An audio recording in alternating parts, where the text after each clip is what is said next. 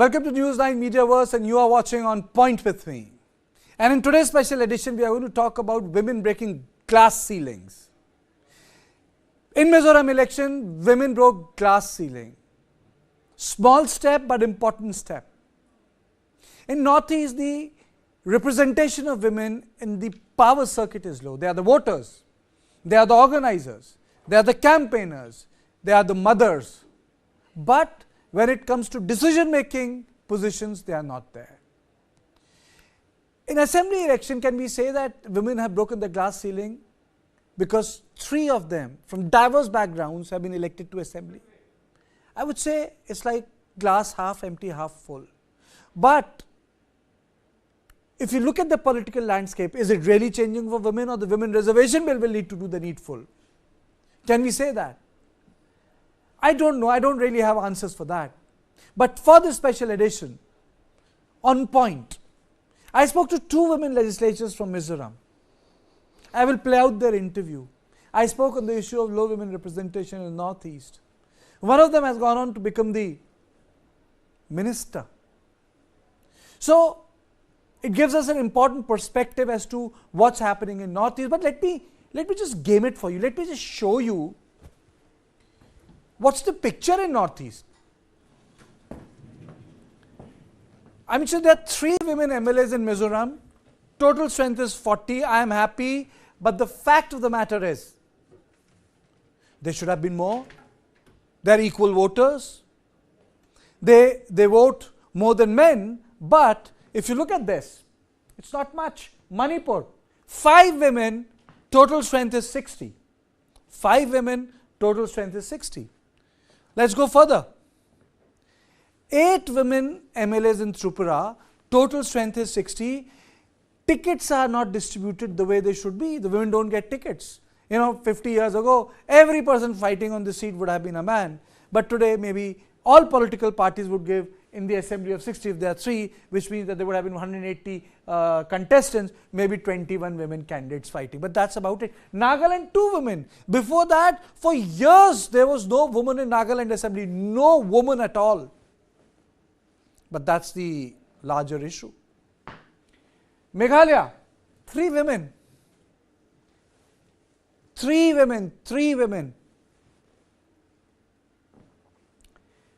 Assam, big state. Entire Northeast carved out from the Assam. 6 women in the assembly of 126.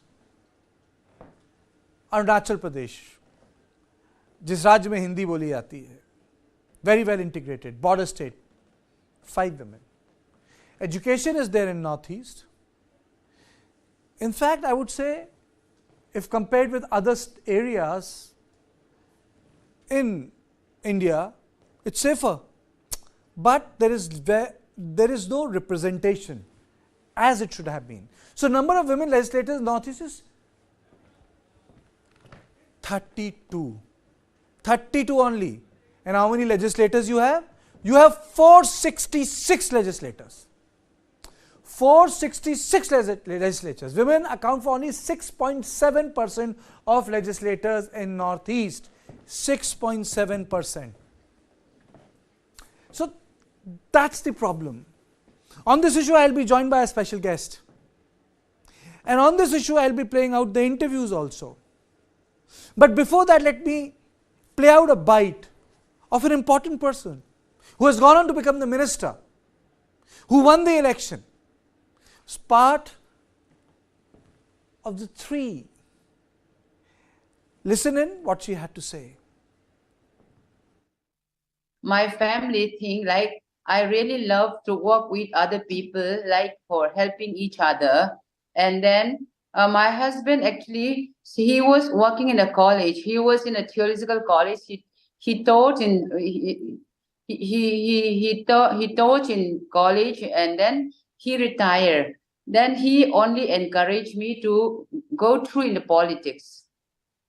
My children, they were not accepted so many, I mean, how do I say, for so long, and then finally I convinced them. Right now they are happy for me. one day women will be becoming a chief minister in Mizoram. That I'm trying as well. I'm trying in the sense I am encouraging other women who are very potential in politics, who are very potential in all those things. And then I'm really encouraging to come up all the women who, who are capable to do all these things. And now I'm joined by Madam Lalrinpuii, a political commentator, professor in the Faith College, ISOL. In studio with me, Brijesh Pandey, my input editor. Madam, a question to you is, when we say breaking the glass ceiling, it's just 3 women. What stops women from getting into this position of leadership in northeastern states where they have far better educational opportunities, the movement for them is safer, it's different from other parts of India. But when it comes to position of power, they are not there. In Nagaland for years, there was no woman legislator. Now, 3 women have been elected and we feel happy. And they're just 3. Yes. 3. Of course, this is a breaking ground for them. This is new political narratives for the Mizos and for Mizoram. And let me just quickly mention about our social-cultural scenario of the state. Mizoram is very peculiar. We have a very peculiar, social-cultural scenario. That is that there is, we are egalitarian society. If you look at the if you look at the social, cultural, and economic sector, that you hardly see any difference between male and female. For example, if you look at the economic factor, if you look at the government offices, if you look at the private sectors, private banks, if you look at the market area, the subji market, the meat market, that most of the workforce comprise of women. In some way we can say that women control more of economic factor, economic drive than the male sector. But the thing is that in the political scenario that we hardly see women since let me just quickly go back to the history. Since 1952, with the formation of the Mizo District Council under the Assam state, until till the election before the 2023 election, we just had 7 women representatives in the district council, in the UT, and in the state. Out of that 7, 5 were elected and 2 were nominated. Okay, and for the first time in 1987, that we had one women minister, Lalrinpuii from MNF, and the next one was in 2013. Pivanal Ompui from the Congress, who won the by-election in 2013. So after the gap of and that was by-election where the ex-chief minister Barel Singsi has left one of his winning constituency, and now after 10 years, we have one minister again. So this has written a new political narrative in the political development of Mizoram, that without any reservation that the women can fight, and they are capable of it. One of the reason is that our I think there's a bit of an audio problem, Brijesh. I think, Karthikeya, a very strange kind of dichotomy is being witnessed in Indian political landscape for the last 10 years. What is happening is that, political parties are warming up to the concept and very fast appropriating the concept of women as a bloc. And, chief ministers like Nitish Kumar, chief minister like Narendra Modi when he was the chief minister of Gujarat, and when he became the prime minister of the country, one of the key clarion song was call was Beti Bachao, Beti Padhao. The cabinet had a very robust representation of women. Nirmala Sitharaman went on to become the part of the CCS4. So I'm saying that, that the concept, the political parties are alive to the concept that women now, you cannot be just dependent on male thing. The women bloc breaks caste barrier, which is a very, invigorating as far as political parties are concerned. But unfortunately, what happens is, and this is pan-India, the patriarchal mindset, the ceiling which needs to be broken is the patriarchal mindset, and that has still not been broken. The day the patriarchal system or mindset is broken, the day more and more women realize what kind of constituency, what kind of massive vote block they have. I think that very day it will see a political churning which will leave every political parties gasping for breath. I don't have much faith in the 33% women reservation, but what I have faith in is that the way I see a political landscape turning in the last 7, 8 years, 10 years, where now there is a clamoring for who will give more sops to improve the life, quality of life, improve the situation of a women voter and also empower them, is far, far more than what it used to be earlier. And I personally feel that it's a very good sign. But yes, until and unless that patriarchal mindset, which is from Kashmir to Kanyakumari, from north to northeast, it is one and the same. Until that is broken, nothing much will happen. Let me play out the other bite of the minister. And she had a very different take on the journey of a woman in politics. Let me play out the bite. To encourage the younger one, the younger generation who are very capable in politics also, I just wanted to challenge, and then I made my decision. In spite of that, I was in Bangalore. Then when I see my place, my states, and then I was comparing like my states and other states. Our economy was very low, and then our education is very bad. Even everything was how can I say?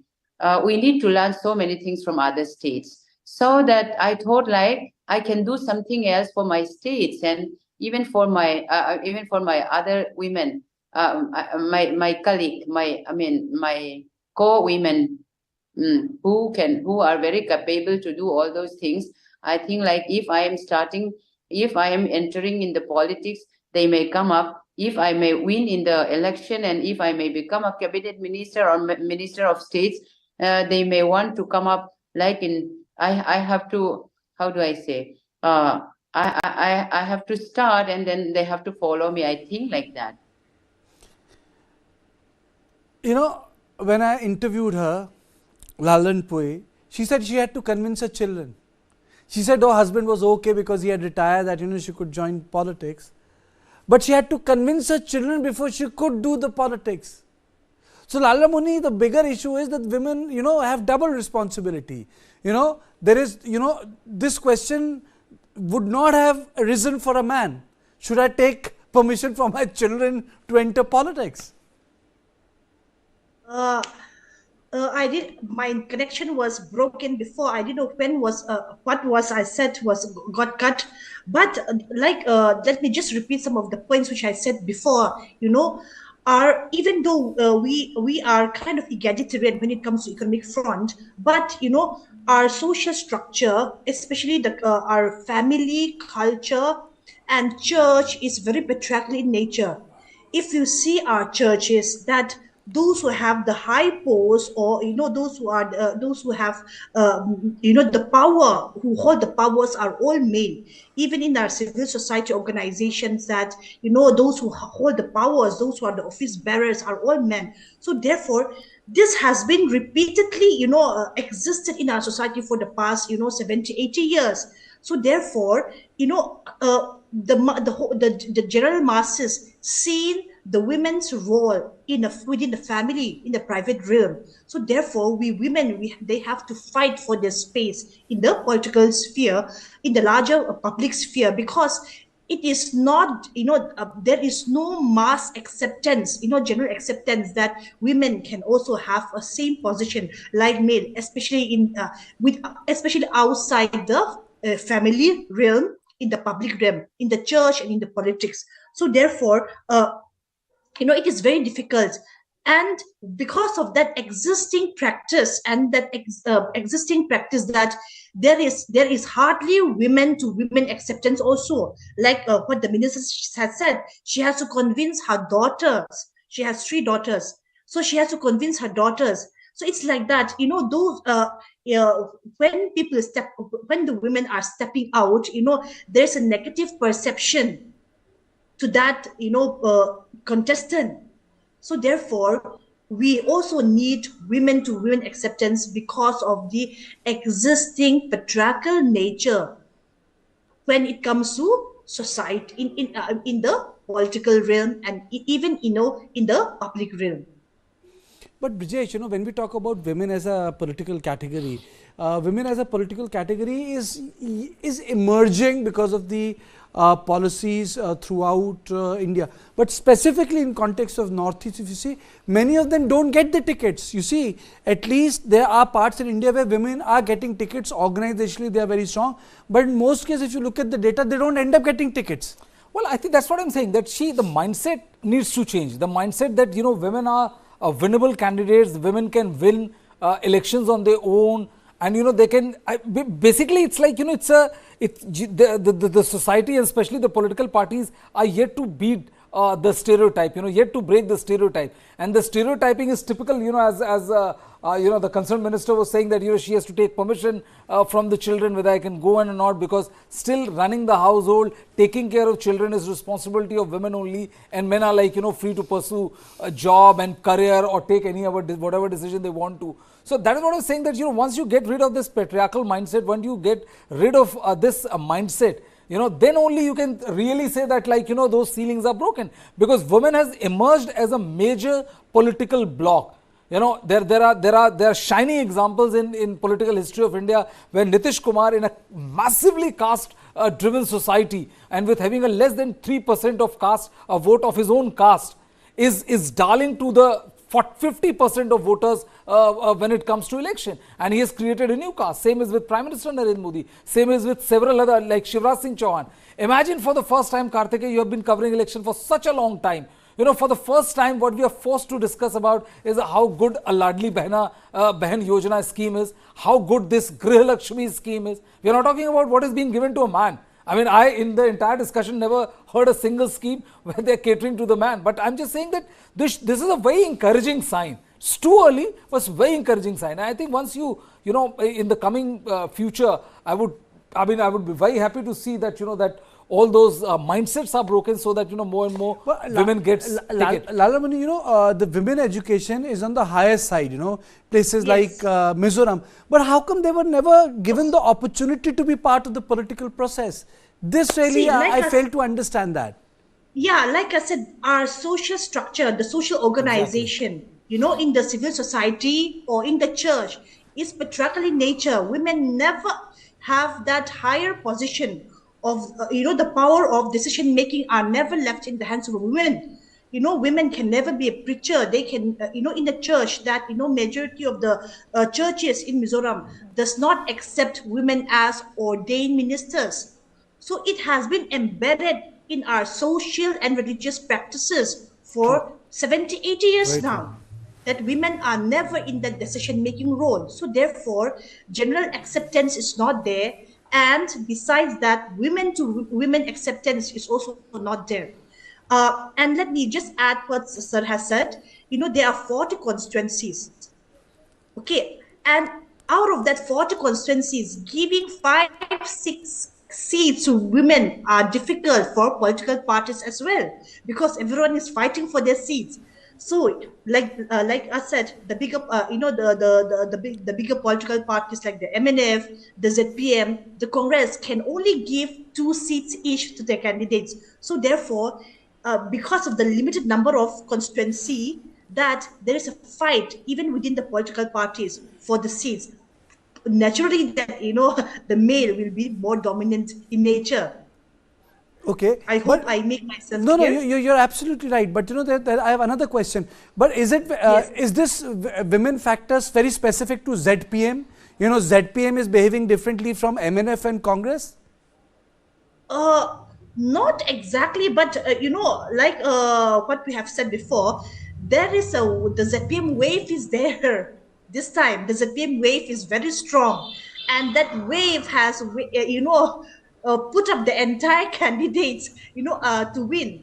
So therefore, like example, Barel, she's before she became a politician, she was a radio jockey, she was a TV host, she was a presenter, she was a very she's a popular public figure among the youth. I have spoken to Barel. I spoke to Barel. Yes. I'll play out that interview. When I spoke to Yes, Barel, I please. realized that, this time ZPM gave tickets to women from very different backgrounds. And I think Barel was a cooperator also, she told me. Yes, she's presently a cooperator in IZOL, AMC. She's a cooperator. Now she's the legislator. Yes, she became legislator, and she's she's one of the I should say the quick learner. When she first became a cooperator, when she contested the Aizawl Municipal Corporation election, that I was quite skeptical about, but she is a very promising political leader, and she learned fast also. She's a good orator, and she adapts herself to the environment in politics. She can really adapt herself to the environment politics. Imagine that the first timer beating the sitting MLA. It's not something which is very small. But then tell me, if you look at assemblies across Northeast, Brijesh, the numbers are pretty low. It means that ultimately women reservation bill will be the highway through women emancipation in context of political power will come.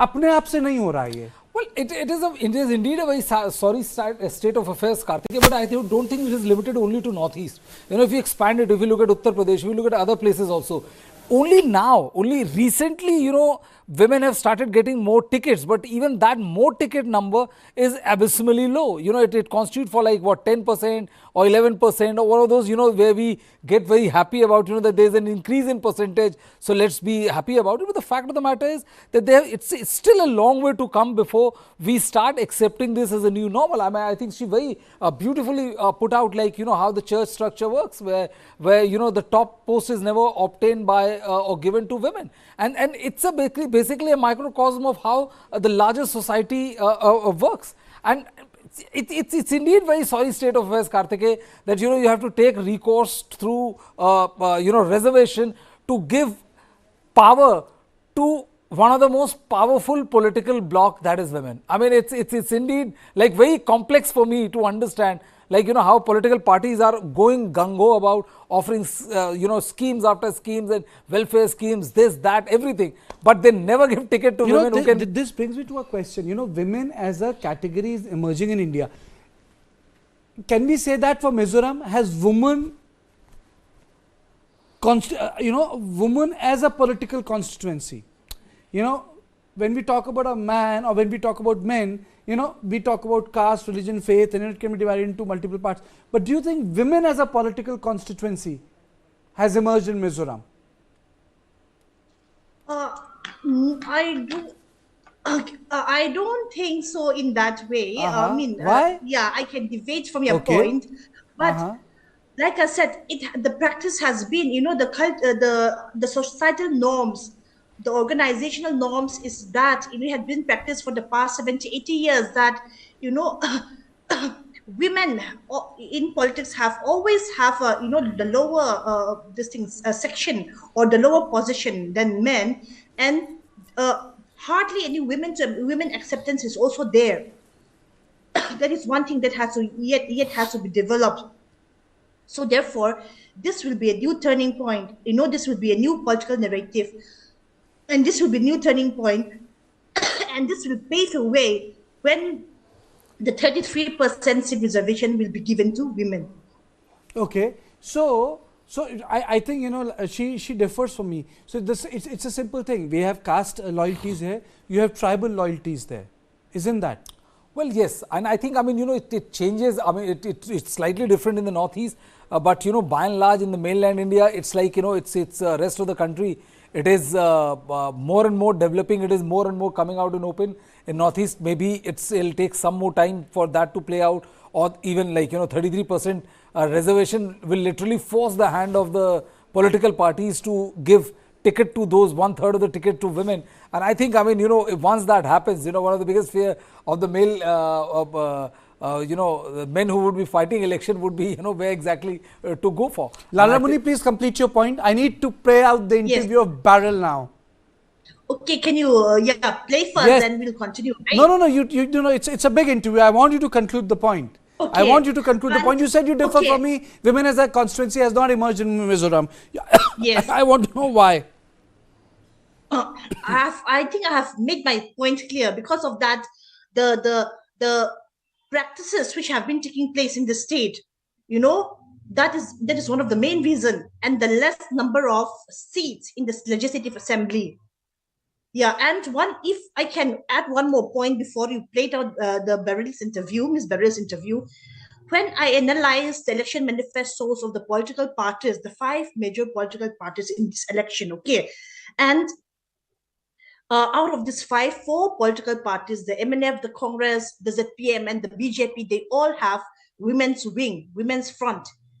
So, but when I looked at their election manifestos, I hardly see any distinctive, policy that stands out, policy that attracts the eye regarding women. So that shows that the women's wing, the women's organization in each political parties were not consulted while framing the election manifestos by each political party. Okay. That's the gap is which I have seen, and I hope that in the next election that each political parties consulted the women's wing so that more attractive and more refined and reformed women's policy regarding women's will be come out in the next election.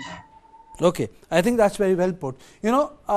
Today, Brijesh, I also spoke to Barel Singsi. She's 32 years old, former RJ, former TV anchor, former cooperator. She's 32 years old. She fought from ZPM, from Aizawl city. She smashed it, and she became a legislator. And she's a shining example. She's a shining example of how women can be on the top of affairs.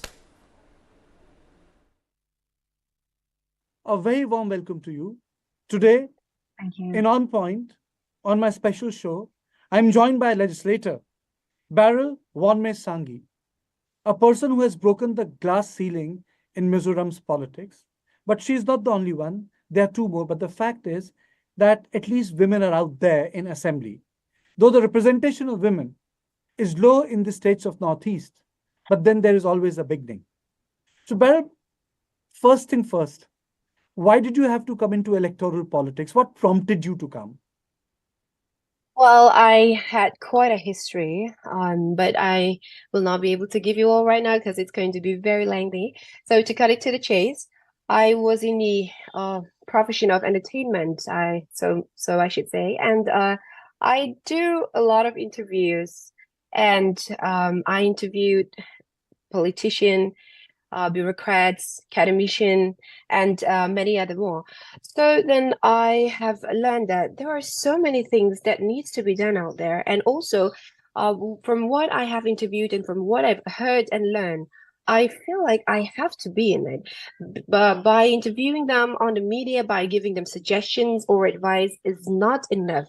And I get more interested into setting my foot inside, and I do develop the passion and the determination to go for it. So I guess that's what prompted me, because there are so many tasks to carry on.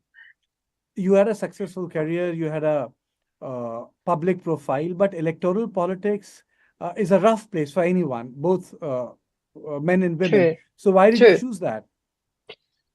I guess I don't want to go for the easy thing. I don't want to go for anything that is going to have lenient on me. I want to fight a hard battle. So it's like, obviously this is like a Herculean fight. This is a very massive thing for me, and especially for the youngsters in politics and for a first timer like me. But like I said, I wanted to test myself, my potential ability and capability, and the passion that I have been carried on for the past 7 to 8 years. And I believe in myself, so I moved on for what I think I can achieve. And here I am fighting my dreams and achieving my dreams. Barel, tell me, what are the biggest challenges for women in Mizoram when it comes to politics? Why do they have such low representation? Well, I guess this is the same issue for any other Northeast states, or maybe let's talk nationwide. But I think that we had gender classified politics for many decades. thinking that this belongs to the men in the society.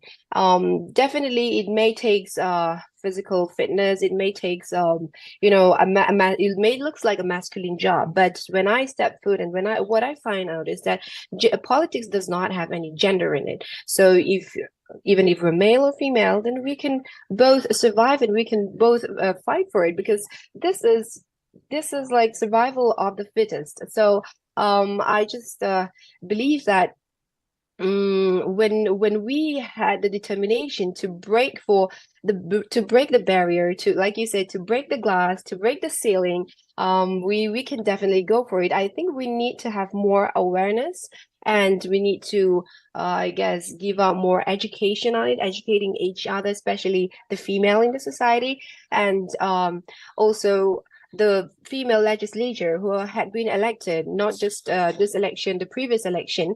I think they all had left a very honorable footsteps, and I think we need to follow that, and we need to take that, and we have to take so much into consideration and then step foot for it. So that's why even the fact that I'm here right now really gives me the challenge that I should live up to the expectation of the women in the society, so that next election, they would say that if she can do it, then I can do it. So with that kind of vibe and with that kind of trend, I think many women will be participating in the next election, hopefully.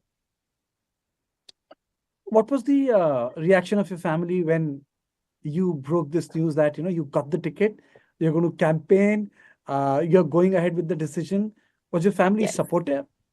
Very, very supportive. They're my biggest supporter. I'd just like to mention that in politics, you can't just do it alone. This is not something you can achieve on your own. So you always need supporter, and that has to be your family. This may be my first time in the MLA, but I was a corporator in 2021, elected. So right from then on, my family had been the backbone of my political career, and I would like to, give all the credits to them. They are very, very supportive. In fact, my dad went out with me to go for campaign. He went house to house campaign with me. He drive me around. He was the driver till right from the beginning till the very end. My mom stays at home, and you gave him a tough job, huh? yes. And I guess this even I dedicate even this victory to my family as well. Okay. So why did you join ZPM? How is that different from other political parties? We had seen the other parties. I think I don't need to mention them. We had seen the other parties, how they performed and how far they have come.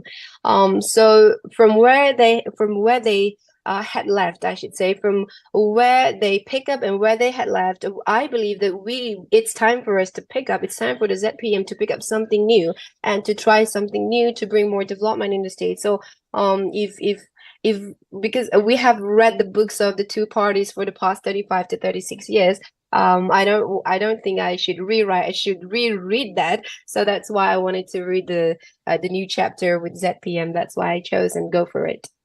Are you hopeful that the Women Reservation Bill that was passed in the Parliament will achieve the results which the people think of it should? I do think that, because in the municipal corporation, there is a 33% reservation for the women, and that had prompted right now, as our population, we have only 19 wards here. So from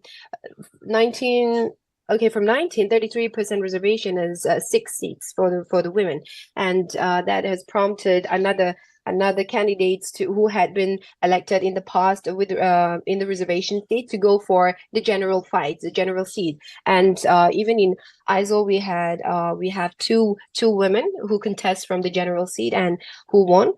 And I guess that was the desirable result that we were all waiting for. So likewise, I also hope that this 33% reservation in the legislature, in the assembly, would definitely bring the results that everybody's expecting. Why do you think that ZPM was able to defeat MNF, defeat Congress, emerge as a major political force? Why did that happen? Yes, that had been a question right from the start, because seeing ourselves, seeing the party winning a landslide victory is something that is not quite expected from the people in the state, but let the party speak alone. So, I think the major reason would be, like I've mentioned earlier, we had seen how the state had grown from 1987 till 2022. So and also we compared our state with the development that had been brought to different states. It could be northeastern, it could be the other central state as well. So we also wanted to bring many changes and development that had happened in the other states, in the nearby states. So we understood and we have come to the realization that we can do it. We can bring this kind of changes or development that people are enjoying, the benefits from the government or anything. I can't tell all of the factors, but having seen that, having witnessed that, we really wanted to do something different this time, for the betterment of the state, for the betterment and the development of the state. So I believe that is one reason why people casted their vote for ZPM, believing, having a very big and very big belief and faith in us, thinking that we will be able to bring all the manifestos and all the policies to come into reality. So I think that's the reason why people have casted their vote for us. Barel, do you ever think that women have become a important voter in Indian politics? They vote more than men. Their percentage has gone up. They are more educated. Definitely. They make more civil servants. They become more powerful voices in industry, entrepreneurial sector. But when it comes to politics, their representation is low. Why is that? Well, that is a very hard and tricky question because I had been asking myself for a very long time, trying to understand and trying to come to the conclusion, but it's very difficult to describe or to give out one main factor or one main reason. But yeah, before I go on to your question, I would just like to say that we talked about women empowerment and many have paved the way for this. But the way we understand the concept of women empowerment is not quite right. Let me just give my own opinion. When we talked about empowering ourselves or empowering the female, this isn't about surpassing the male or taking away the rights and equality that they have, but this is about becoming better version of us, becoming who we are, and also to let us know and realize that if we're capable for this, if we have potential for this job, this particular opportunity, then we can all go for it. So that is the main concept. This isn't about physical equality. This is about cerebral equality. So those who have equal potential would get equal job or would face equal interviews. So this is the concept of the women empowerment. And yeah, there could be many more, but let me cut it short. So I guess, like you've said, we have seen many women in education, and also let's talk about the market. If you come to our state, you would see all the female in the market selling their vegetables and the other stuffs out there. But yes, like we said, in politics, maybe the patriarchal society that we are brought up to, or the patriarchal practice that we've been practicing is one of the reasons why we are a little discouraged to go for it. But like I've mentioned, it if I can do it, if just a 32 years old can do it, then definitely women who are much educated, women who are much intelligent, who are much better than me can definitely do it. So I guess I'm planning a very important milestone, and I'm going to be a challenge for them. So, and definitely I will keep challenging all the female in not just the society, the whole nation. Yeah, I had the opportunity to Mizoram, but that was the last decade when the Oh, election took. Yes, I covered the Mizoram election in 2003. I I stayed there see. for a Yes. month. So yes, I have seen the state. It's a very beautiful state. But Thank what will you. be your priority? What will you be doing in assembly? What do you intend to do? Uh-huh. Have you thought of bills? Have you thought of Uh-huh. some legislation you would like to get? As a legislator, what would you be doing for Mizoram apart from the place you have been elected? Yes, we had manifested a lot of policy to the people, to the voters out here, and this talks about one important thing is that I think in the last session, in the last assembly session, back in 2021 or 2022, our ZPM MLA had moved a bill, and that is called Drivers Bill, because the drivers out here do not enjoy any consolidated funds or any sort of compensation, or how do they call it, all the pension scheme. It's not available for them. So that's why we promised them that we will bring in the private transport bill. And I've learned, because I took it from him, and I learned, and I read through that, and I also looked at the other state and how they're practicing and how did they apply that. And that is one of the policy that I've been carried on this to the constituency where I'm elected, because many voters out here, many are many supporters out here are having the profession of driving. It could be bus, it could be taxi, it could be public transport and private transport as well. So we promised them that under Article 266, if I'm not mistaken, there can be a consolidated funds for the driver. So we promised them, and I promised them that we will move the bill again, and this time surely, since we won the majority, we would definitely pass the bill, and the drivers can enjoy the benefit. And also we talk about crop insurance, because as you know, agriculture is the main source of income out here. More than 60% are farmers, I should say. So we really wanted to bring in the crop insurance, which is practiced in the central. So a lot of people were saying that, even in Mizoram, the welfare politics triumphed. Welfare politics in India, every other part triumphs. It also triumphs in Mizoram, and ZPM came on the welfare politics model. Mm-hmm. Well, I guess people have a lot to say about every party, but I think we don't need to clarify ourselves, or we don't need to address by telling them that we're not this or we are this. The actions will definitely speak for us. So in a few years, they would definitely know what are the components and what ZPM really inspired to do or try to do, or is this just going to be like a movement that will end soon? So I guess the actions will speak definitely louder than what we have to say right now. Before I let go of you, Northeast is very different from other parts of India. Yes. But, as I've been asked you, women representation is low. What would you be doing in the next 5 years to get more women in politics, in position of power, as leaders, as decision makers, as someone who can influence, make policies at the high table? What will you be doing? Well, that is a very challenging and very good question. First of all, thank you for that. But yeah, the answer may be a little bit hard to just lay it out right there. I'm just a beginner. I'm just a first timer, but I know myself, and I believe in myself so much that I am going to bring changes, like I have done in the previous corporation where I served. And also now I have a bigger chance to represent the female, represent the women. So definitely this is going to be a golden opportunity for me.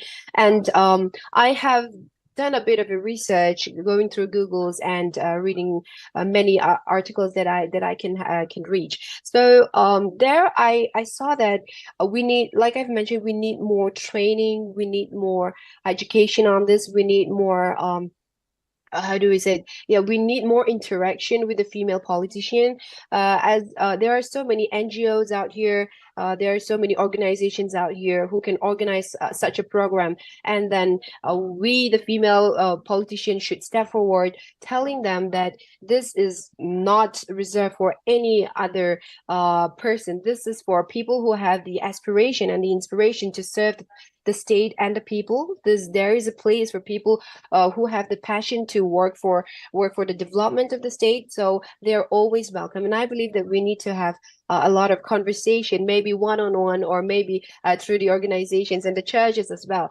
So I'm trying to organize that kind of a program, or trying to put up those projects so that I can reach out to more females in the constituency, and also let's talk about the whole state, because I have received a lot of compliments and also advice to to be more open up to the other female who are interested but who are not brave enough to set their foot in yet. So I guess the job is in my hand, and with the opportunity and with the platform that I have right now, I guess I can encourage and inspire more women to follow the footsteps, or maybe to ask them to join hands with me and go hand in hand.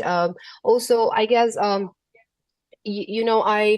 think in all the projects, all the how do I say, the future works that we're going to organize and we're going to have and give out, I think at least I should make it as a maybe I'm not sure, but I think I should make it as a trend that at least one female should be involved in it, so that it could be a beginning stage, it could be a learning stage for them, and maybe that couldn't be just a hard and fast rule. I can't just pass it on my own, but I definitely can, just for like a trial time, maybe I can ask them to be involved, and they definitely would, after 5 years they would want to step out. But let's see how it is. Like I said, I'm just a beginner. I don't have much ideas, but even those concepts that I have had would definitely help the female here in the society. I greatly believe in that. Barel, thank you so much for talking to us. And All Barel, right, once thank you. again, congratulations Yes. for your ransom win.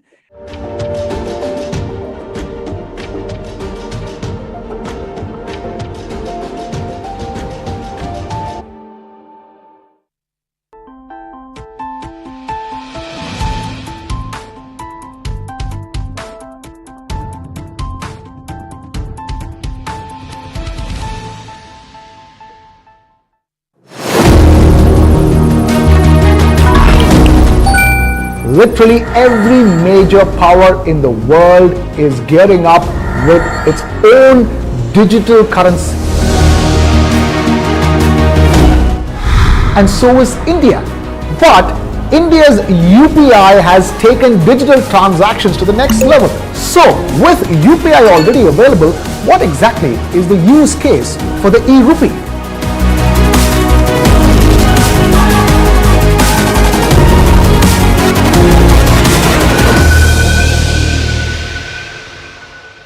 This and more streaming on world's first